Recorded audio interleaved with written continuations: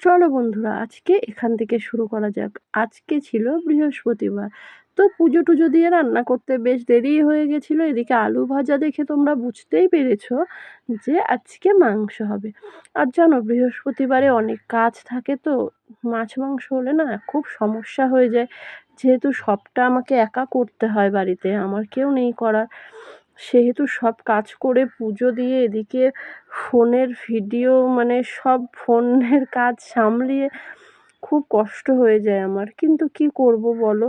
আর তোমরা, এত কষ্টের ফল তোমরা যখন পাশে থাকো তখন খুব ভালো লাগে যে এতটা কষ্ট করার পরেও তোমরা পাশে থাকো।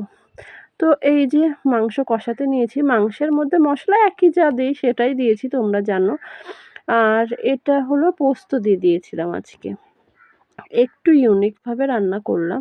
তো পোস্তটা দিয়ে আমি মাঝে মধ্যে তোমাদের সঙ্গে আজকেই প্রথমবার শেয়ার করলাম। তো পোস্ত দিয়ে পোস্ত দেওয়ার পরে ভালো করে মাংসটা কষিয়ে নেব। আর আমার বরমশাইকে বলেছিলাম আমি একটু ভিডিওটা আমার করে দিতে। দেখো ভিডিওটা উল্টো ভিডিও করেছে। এখন কি করা যাবে, আমার হাতে তো কোনো কি বলবো, কোনো আর ভিডিও ক্লিপ ছিল না।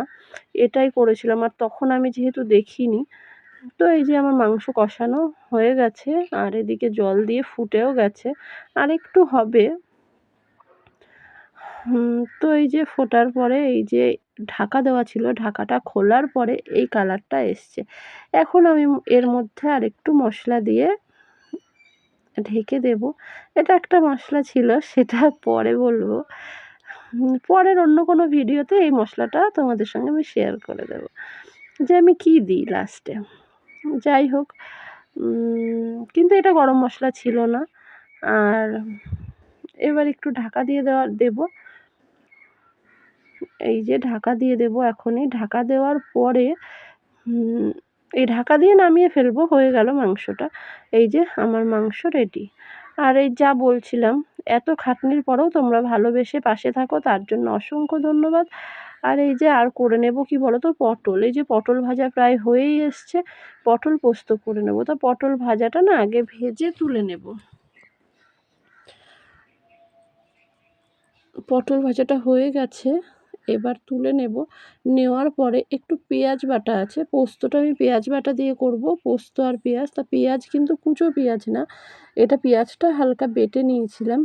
বেটে নেওয়ার পরে এই যে তেলের মধ্যে ফোড়ন দিয়ে পেঁয়াজ বাটাটা আগে একটু কষিয়ে নিয়েছিলাম। কষিয়ে নেওয়ার পরে তারপরে পোস্তটা দিয়েছিলাম।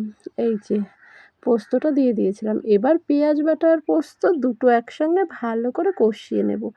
নেওয়ার পরে দিয়ে দিলাম পটলটা। এবার এটা নেড়ে চেড়ে একটু স্লাইড জল দিয়ে দেবো। ওই যে বলে বাটি ধোয়া খুন্তি ধোয়া জল দিলে রান্না ভালো হয়, তো আমিও সেই ট্রিকটা খাটাচ্ছি, একটু বাটি ধোয়া জল দিয়ে দেবো। যাই হোক, ভিডিওটা আর খুব বেশি বড় করব না। ভালো লাগলে লাইক কমেন্ট শেয়ার দিয়ে পাশে থেকো, ভালো না লাগলেও কিন্তু দিও। আর আমার চ্যানেলটাকে সাবস্ক্রাইব করে দিও।